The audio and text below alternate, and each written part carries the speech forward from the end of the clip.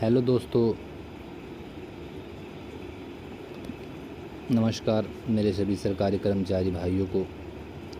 जैसा कि आप सभी जानते हैं कि इस समय आपका प्रॉपर्टी रिटर्न यानी कि आपकी अपनी चल अचल संपत्ति का ब्यौरा मानव संपदा पोर्टल पर देना है। जो भी सरकारी कर्मचारी अधिकारी हैं सबको अपनी संपत्ति का ब्यौरा, चल और अचल संपत्ति का ब्यौरा मानव संपदा पोर्टल पर देना है। इसके लिए सबसे पहले आपको मानव संपदा पोर्टल पर जाके अपनी आईडी सर्च करनी पड़ेगी। अपनी आईडी सर्च करनी पड़ेगी जिसे HRMS कोड या EHRMS कोड कहते हैं। वो आपका पर्सनल नंबर एक तरीके से हो जाएगा। पहले उसको जानना ज़रूरी है। जब वो होगा उसके बाद ही आगे की प्रक्रिया आप कर पाएंगे। तो सबसे पहले उसको जानने के लिए हम लोग जाते हैं मानव संपदा पोर्टल पर। मानव संपदा पोर्टल पर जाने के लिए गूगल में जाएंगे आप। गूगल में जाने के बाद सर्च करेंगे मानव संपदा। देखिए मैंने मानव संपदा सर्च कर रखा है, लिखा हुआ पहले से, तो मैं इसी पे क्लिक करता हूँ। मानव संपदा पे क्लिक कर दिया। उसके बाद आपके पास ऑप्शन आएगा ERHMS मानव संपदा। इस पर नहीं क्लिक करना है। लॉगिन मानव संपदा जो नीचे सेकेंड ऑप्शन है, इस पर आप क्लिक करेंगे। क्लिक किया तो आपके सामने इस तरीके का इंटरफेस खुल के आया है। ठीक है, आप सबसे पहले दाहिनी तरफ अपने देखेंगे लिखा है ERHM लॉगिन। ये लिखा हुआ ERHM लॉगिन। ERHM लॉगिन पे क्लिक करने के लिए पहले आपको HRMS कोड पता करना पड़ेगा। इसके लिए आपको नीचे जाएंगे, जहाँ ये गोल गोल चारों तरफ से बने हुए हैं उसके नीचे वाले पे पब्लिक विंडो जो बना हुआ है उसी में जो है office list fact seat P2 और उसके बाद लिखा है आपका सर्च HRMS कोड। इसी में आपको अपना कोड पता लगेगा।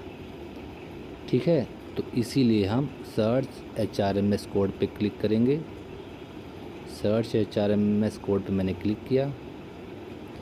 फिर उसके बाद आपके पास 4 तरीके से ऑप्शन आएंगे कि किस तरीके से आप अपना HRMS कोड पता कर सकते हैं। तो सबसे पहला ऑप्शन है मोबाइल नंबर। आपका अगर मोबाइल नंबर लिंक है, अगर आपके बाबुओं द्वारा ये लिंक किया गया होगा मोबाइल नंबर, तो आसानी से आपका आ जाएगा। अगर नहीं लिंक किया गया होगा नंबर, क्योंकि ज़्यादातर लोगों का लिंक नहीं किए नंबर, तो इसीलिए आप थर्ड ऑप्शन चुनिए डिपार्टमेंटल आईडी पे आप क्लिक करेंगे। ठीक है, आपके सामने ये ऑप्शन आएगा डिपार्टमेंट, फिर डिपार्टमेंटल आईडी। डिपार्टमेंट आपको चुनना है अपना डिपार्टमेंट। आप चाहे शिक्षा विभाग से हो, चाहे पुलिस विभाग से हो, किसी भी विभाग से हो, ऑप्शन आएगा आपके सामने। जो सेलेक्ट लिखा हुआ सेलेक्ट पे क्लिक करिए। देखिए आपके पास कई ऑप्शन आ गए। जिस भी डिपार्टमेंट से आप हों उस डिपार्टमेंट पे आप क्लिक करेंगे। ठीक है, तो मैं यूपी पुलिस से हूँ, तो मैं यूपी पुलिस का इसमें और शायद ऑप्शन नहीं है, इसमें होम करके आता है। होम लिखा होगा वही मेरा ऑप्शन का है, ये होम मैंने भर दिया। ठीक है, अब डिपार्टमेंटल आईडी देखिए। डिपार्टमेंटल आईडी ये वही नंबर है जो आपको सर्विस नंबर, एक तरीके से आपका ये सर्विस नंबर है। कोई भी जो भी कर्मचारी सरकारी नौकरी पाता है उसकी एक सरकारी नंबर होता है। ठीक है, उसी नंबर को आप इसमें फिल करेंगे। ठीक है, फिल करेंगे। फिल करने के बाद उसे आप सबमिट कर देंगे। जैसे मैं भरता हूँ, मेरा डिपार्टमेंटल आईडी है ये मैंने भर दिया। उसके बाद मैं इसे सबमिट कर दूँगा। जैसे ही मैं इसे सबमिट करूँगा फिर ऑप्शन आएगा इस तरीके का, आपके सामने इंटरफेस खुल के आएगा जिसमें मेरा पूरा डाटा लिखा हुआ है, लेकिन मैंने उसे हिडन कर रखा है। और ये जो नंबर मैंने दाहिने और बड़े बड़े अक्षरों में ब्लैक कलर में लिखा है वो छोटे में लिखा है ERHMS आईडी के नीचे। ठीक है, इस तरीके से आपका इंटरफेस खुल जाएगा। तो फिर ये जो ERHM आईडी के नीचे नंबर है, ऐसा ही नंबर आपको आपकी आईडी के लिए मिलेगा। वही आपका ERHMS आईडी होगा। उसे आप नोट कर लेंगे। सबसे पहला काम तो यही है आपका। ठीक है, उसके बाद नोट करने के बाद आप फिर से बैक जाइए। यहाँ से बैक जाके आप गूगल पे क्लिक करेंगे। गूगल पे जाके क्लिक करेंगे, फिर मानव संपदा पोर्टल पे जाएंगे।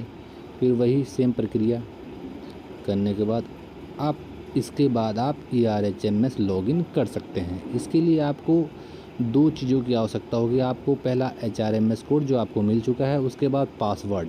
पहले इसे लॉगिन करने के लिए इस इंटरफेस को खोलते हैं, इस विंडो को खोलते हैं, जो दाहिनी तरफ ये लिखा हुआ है ERHMS लॉगिन। तो यहाँ हम क्लिक करेंगे। क्लिक करने के बाद आपके सामने इस तरीके का इंटरफेस आएगा, जिसमें आपके लिखा होगा यूज़र लॉगिन आपके लिए। फिर सबसे पहले लिखा है सेलेक्ट। सेलेक्ट में आपको अपना डिपार्टमेंट सेलेक्ट करना है। सेम प्रक्रिया, जैसे सेलेक्ट पे क्लिक करेंगे आप, कई ऑप्शन आपके सामने खुल जाएंगे, 5-6।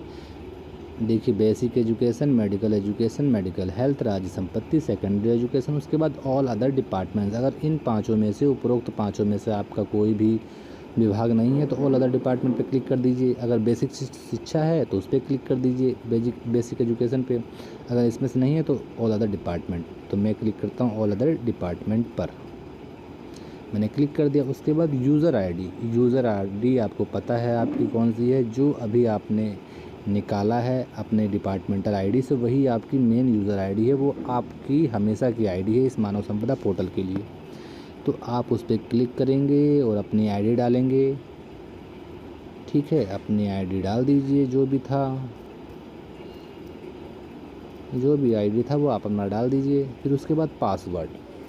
अब सबसे बड़ी दिक्कत यहीं आ रही कि सब ये नहीं जान पा रहे कि मेरा पासवर्ड क्या है।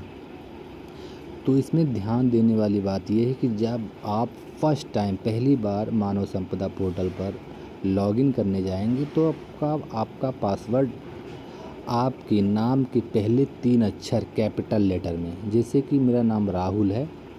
अगर मेरा नाम राहुल है तो मैं RAH पहले नाम के 3 लेटर कैपिटल लेटर में टाइप करूँगा। देखिए, मैं टाइप करता हूँ कैपिटल लेटर में RA, फिर H। केवल याद रखिए, केवल 3 ही अक्षर टाइप करने हैं। उसके बाद पासवर्ड को पूरा करने के लिए आपको अपना डेट ऑफ बर्थ, जन्म तिथि का ईयर, जो भी आपकी जन्म तिथि का ईयर है, जैसे मेरा ईयर है 1996 का, तो मैं 1996 लिखूँगा। आपका जो भी हो वो डाल दीजिए। मान लीजिए मैं अपना ईयर डालता हूँ 1996। ठीक है, ये डाल दिया। उसके बाद मैं यहाँ कैप्चा डालूँगा। कैप्चा डालते हैं, चलिए कैप्चा डाला। क्या है कैप्चा?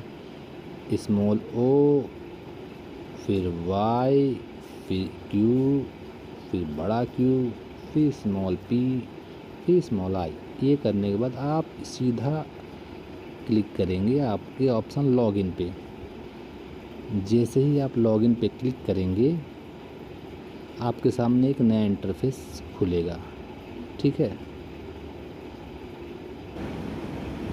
आपके सामने इस तरीके का इंटरफेस आएगा। देख लीजिए, ध्यान से देखिए। मैंने सारे डाटा को ब्लैक कर दिया है, जो मेरे पर्सनल डाटा हैं, इसीलिए मैं दिखा नहीं सकता उसको। लेकिन इस तरीके का ऑप्शन खुलेगा आपके सामने। तो इस तरफ देखिए, बाएं तरफ एक जनरल का ऑप्शन है।